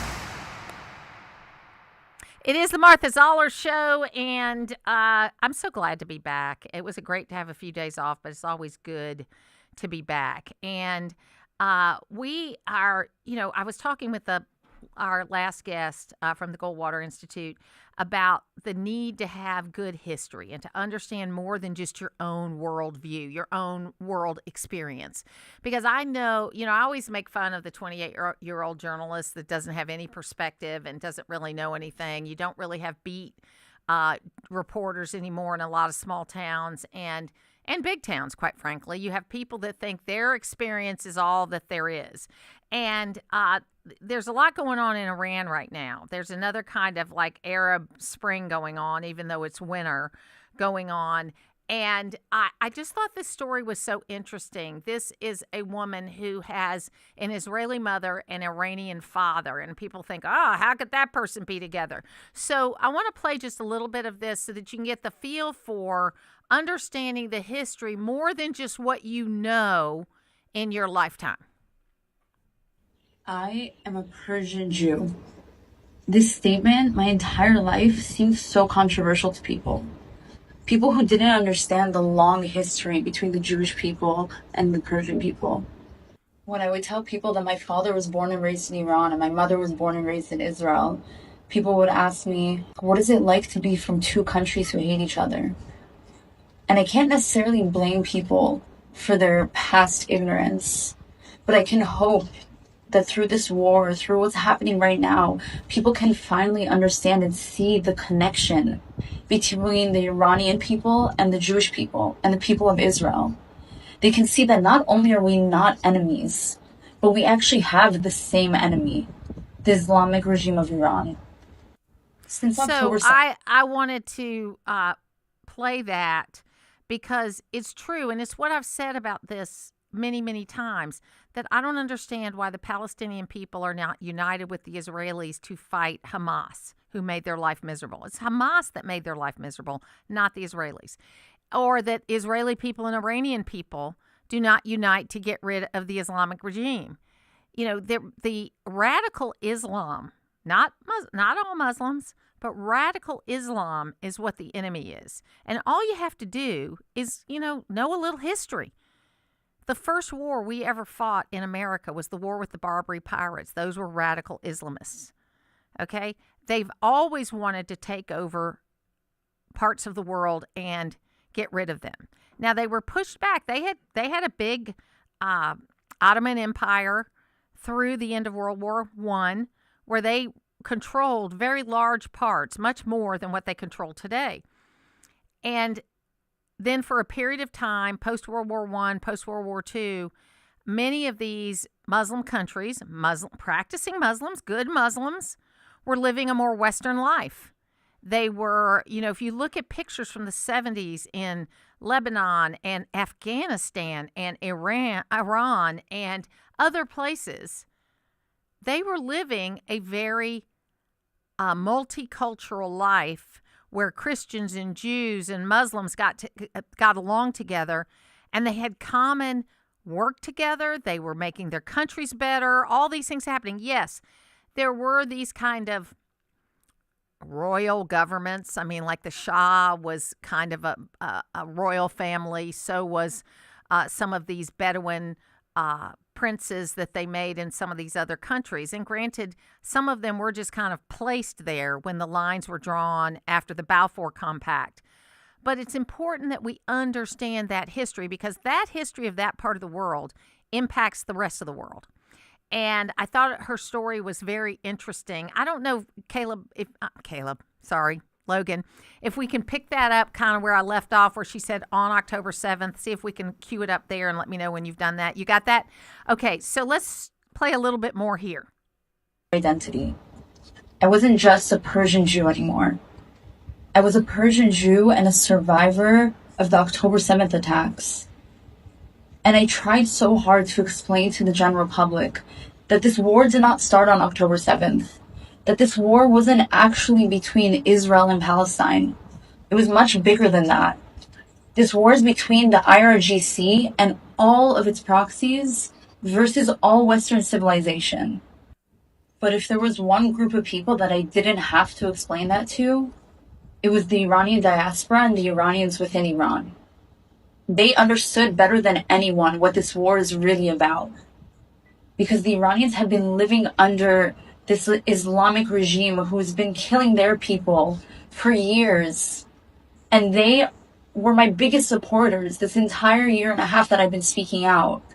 The majority of messages of love and support that I've received were from Iranians within Iran and the Iranian diaspora. So what's important here is in 2014, there was the Arab Spring, and America did nothing to help. There was an opportunity there, and it didn't mean we had to have boots on the ground. It didn't mean any of that. But there would have been opportunity for us to help people that were already wanting a better life for themselves, to overthrow their government and create a new government. And that's happening again now, but we have a different president than we had in 2014. And I think that, Donald Trump is going to help the Iranian people somehow. And it won't be boots on the ground. It won't be any of that. But this door was opened by the bombing of the nuclear plants that they had, the nuclear bomb plants that they had back in June. And hopefully they'll be successful in getting their country back. I know many Iranians, a lot of them like to call themselves Persians. I know some Persian Jewish people. And it's something that they miss very much, their country, because it was a great country. And then it was taken back to the dark ages with the Iranian, the regime that's been in power since the late 1970s. And again, we had a weak Democratic president in the late 1970s that did not understand how to help these folks. And while, Jimmy Carter was a very good man, okay, he didn't have the best instincts as it came with foreign policy. I have this theory that you have presidents that are either better at one thing or better at another thing. They're better at foreign policy. They're better at domestic policy. You rarely have presidents that are good at both. Reagan was good at both, okay, foreign policy and domestic policy. I would argue that Clinton was good at both. He talks very frankly about how disappointed he was, and he used more colorful language than that, when he got snookered by Yasser Arafat, because he came up with a deal that was great for the Palestinian people. That if you were actually a leader of a group of people and you wanted what was best for that group of people, you would have taken this deal in 1999. And think about all the lives that would have been saved in the last 25 years if there had been peace in that region for 25 years. Now, there's a lot of biblical scholars that believe there will not be peace in that region until Jesus comes back. And I don't think that means we don't try for peace, though, because I think God wants us to be peaceful people. But you think about the opportunity. So Bill Clinton, even though he had his personal flaws, he understood what his limitations were on domestic policy, and he worked with Newt Gingrich, and he got things done. And then he was pretty good on the foreign policy side, too. And the only thing he really had to deal with, though, was this issue with Israel and the Second Intifada. So he didn't have as much to deal with, as much on his plate as, say, Reagan did, because Reagan ended the Cold War and set things up for things to be better for the next, 20 years. Obama was, I guess, better on domestic policy, even though I think the ACA was a problem. I think he kowtowed on foreign policy. He gave too much, and he did not treat us like we were the greatest country in the world. He treated us as if we were a country that had to apologize for the way we were, and apologize to countries that had many more problems than we have or ever had, including slavery. Okay, if you look at some of the countries that he bowed to, look at some of the countries that he helped, it was a problem. George Bush probably would have been a better domestic policy president, but he was forced into being a foreign policy president because of 9/11. He thought he was going to be the education president. So we've got to look at people. They're not perfect. None of these people are perfect. And if you support somebody, whether it's Trump or it's Biden or it's anybody in between, and you think everything they do is right and nothing they do is wrong, you're not being realistic. Because if you can't admit that someone makes mistakes, and you know what? We've got to give these people the grace to admit they've made mistakes, because we don't do that. We don't give them the grace to be able to make mistakes because we expect them to be perfect all the time. So we've got a lot of work to do, folks. We're going to have to see what happens, and we will. I think we will succeed in this thing because I've read the book and I know how it ends. We'll take a break. Keeping you up to date with the latest news and weather. It's what we do every day. It's the news I trust. North Georgia's News Talk. AM 550 and FM 102.9 WDUN. Always here, always local. 250 years of America, built one town, one voice, one unforgettable mile at a time. This year, as our nation celebrates its 250th birthday, Travel with Anita brings those stories to life with Quarter Miles Travel. We're sharing the places where history still breathes, communities that shape the country, and landscapes that remind us of who we are. But these aren't just stories to hear. There are places you can go, roads you can travel, experiences you can step into. Quarter Miles Travel connects you to real destinations, real people, and real journeys waiting for you. Listen to us on air, online, and wherever you get your podcasts. Then visit travelwithanita.com for itineraries, travel ideas, and places where your next story begins. The adventure starts when you reach into your pocket. With the start of a new year, it's also the start of spring prep. The best thing you can do right now is to get your equipment work ready so you won't have any downtime. That's why Howard Brothers trusts Kawasaki Parts, the parts that keep your equipment running at peak performance. Whether you're gearing up new projects or maintaining your machines, Kawasaki Parts keep your engines running stronger, longer. Stop by Howard Brothers for the Kawasaki parts you need to get the job done right. The grass is always greener when you take care of it with Kawasaki and Howard Brothers. My name is Whitney Allen. I am a widow. My husband, Ryan, died. We never thought in a million years we'd have to use life insurance. The unexpected happened. With Ethos, it is so fast and easy. It's 100% online. You can get a quote in seconds, apply in minutes, and get same-day coverage. No medical exams, and you can get up to $3 million worth of coverage through Ethos. Get your free quote at ethos.com/term. That's ETHOS.com/term. Time spent on application may vary. Online health questions required. I'm Ed Evans, CEO of Consumer Cellular. No, we're not one of the big guys. Truth is, we don't want to be. If you're over 50, Big Wireless probably has you paying for more data than you might need. You could be throwing away thousands over a lifetime. Our entry-level data plans start at just $20 a month. And for a limited time, switch and get your second month free. Call 1-888-FREEDOM, visit consumercellular.com or a store near you and get your second month free today. Plans include $5 credit for auto pay and e-billing. See site for additional details. Always here, always local. From the Access WDUN Hardy Chevrolet Newsroom, Northeast Georgia Medical Center, Brazelton's New Year's baby arrived Thursday morning with an added bonus as one of twins. Details at Access WDUN. And coming up on North Georgia's News Talk.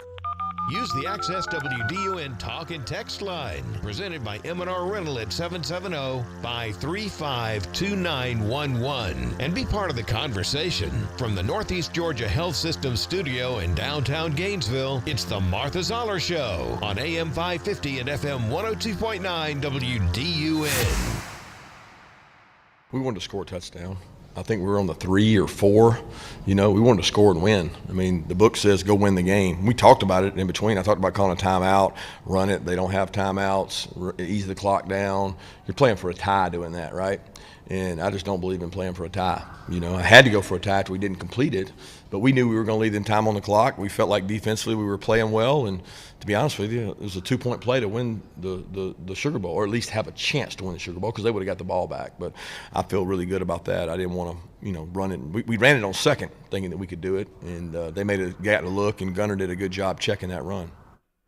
So we'll talk about it now, Logan. We get to rip the Band-Aid off. Yeah, rip the Band-Aid off. It is the Martha Zoller Show. And look, it was a horrible, it wasn't horrible. We don't ever want to lose, but We didn't play our best game. No. And it was, and Ole Miss, I don't know if they played their best game or not.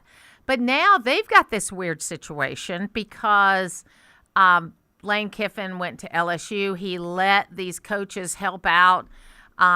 And so now for the next game, it's unsure who's actually going to be coaching. Now, the head coach, I think, doesn't change. Yeah, the head coach is still going to be on the sidelines, but it's a handful of, I know, the offensive coordinators over there as well as a few of the other assistants. For at this point, we don't know if they're going to be there in this next game because the transfer portal is about to open up, and LSU wants all the coaches there to help talk with these kids and convince them to come play for LSU and the Tigers now. And it's kind of hard to do that if you're still playing, if you're still there, Ole Miss. But it's going to be a problem, I think. I know there was a quote where one of the coaches said it's going to be fireworks because you have a team that is a win away now from a national championship berth. And you have this, your future ahead of you, your even further future ahead of you at LSU and Baton Rouge trying to get set up your next championship team, perhaps. So and get some of the same people. Exactly, and see who you can bring over from Ole Miss, player-wise, out to LSU.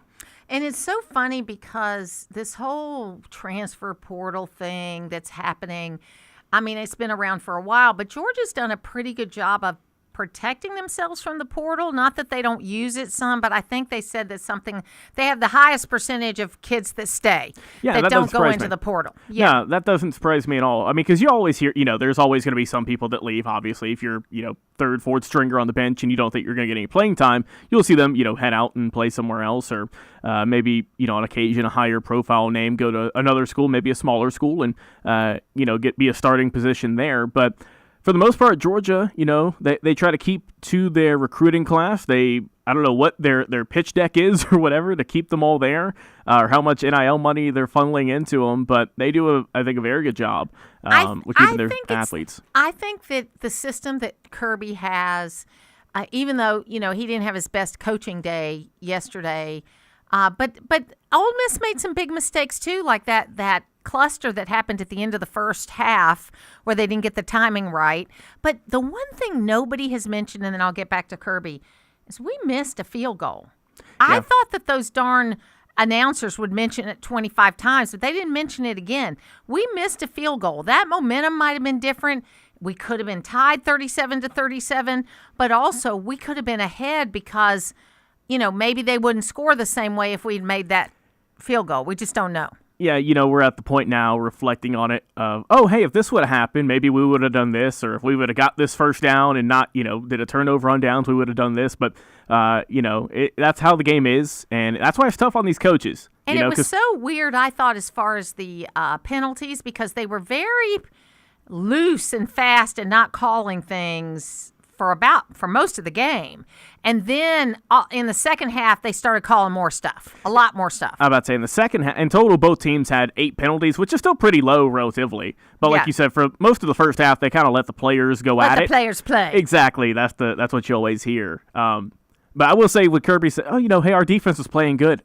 I don't know about that one. No, they didn't get a single sack. No, which is odd to see. Which is very odd. I think they did what they could. It was a high-scoring game, much higher than the points. I think the combined points were supposed to be like 58 or something like that. Yeah. It was way higher than that. So it was clearly, by the score being so high, neither of their defenses did that well. This was an offensive matchup. Yeah, and, Ole Miss, they proved that their offense was just better this day. On that day. I mean, their quarterback, it just seemed like he could do no wrong for Ole Miss. And Chambliss, he threw for, 362 yards, 2 touchdowns, no interceptions as well. So, he did a great job. Like you said, with Georgia, you failed to create turnovers. You didn't get any sacks on the day, which is not like this team. Only 3 tackles for loss the whole day. No interceptions, no fumbles.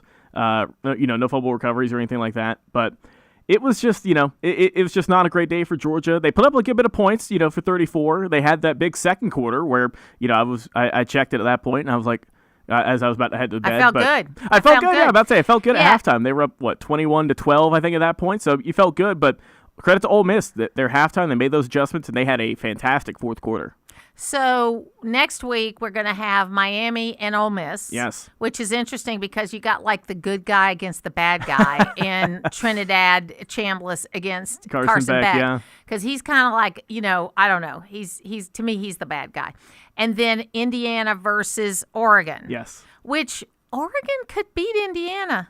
I think this is Indiana's year, but I think Oregon could pull one out. I would say Oregon really surprised me with how they dominated Texas Tech. Texas Tech was one of the top defenses in the game. It was picked to be Georgia and Texas Tech in the final, and now neither one of us are going to be in it. Exactly, and like I said, Texas Tech had one of the best defenses in all major statistical categories. You look at it, and like I said, Oregon put up 23 points, which isn't anything mind-boggling. But the fact that their defense was able to shut them out, if you put them to a goose egg at 0, you're going to win all these games. So credit to Oregon for that; did a great job. And for Miami, they might have the biggest upset of the weekend when they beat Ohio State. I agree 100% there, and I think that Oregon's underestimated, though. Yes. And I think that could go to their favor because I think everybody's riding high with Indiana, Heisman Trophy winner. They did so great, all of that. And Oregon is underestimated because they come from somewhere that most people can't find on a map. Yeah, and honestly, I wouldn't even be that upset if Oregon winning the whole thing because Dan Lanning, the head coach, as you know, was at Georgia for a couple of seasons as a linebackers coach. So that would be, I'm sure for Kirby a nice thing, feather in his cap to say, hey, I wasn't able to get it for the Dogs this year, but at least one of my proteges and Dan Lanning was able to get with it. I still think Kirby's the best coach 100%. In college football.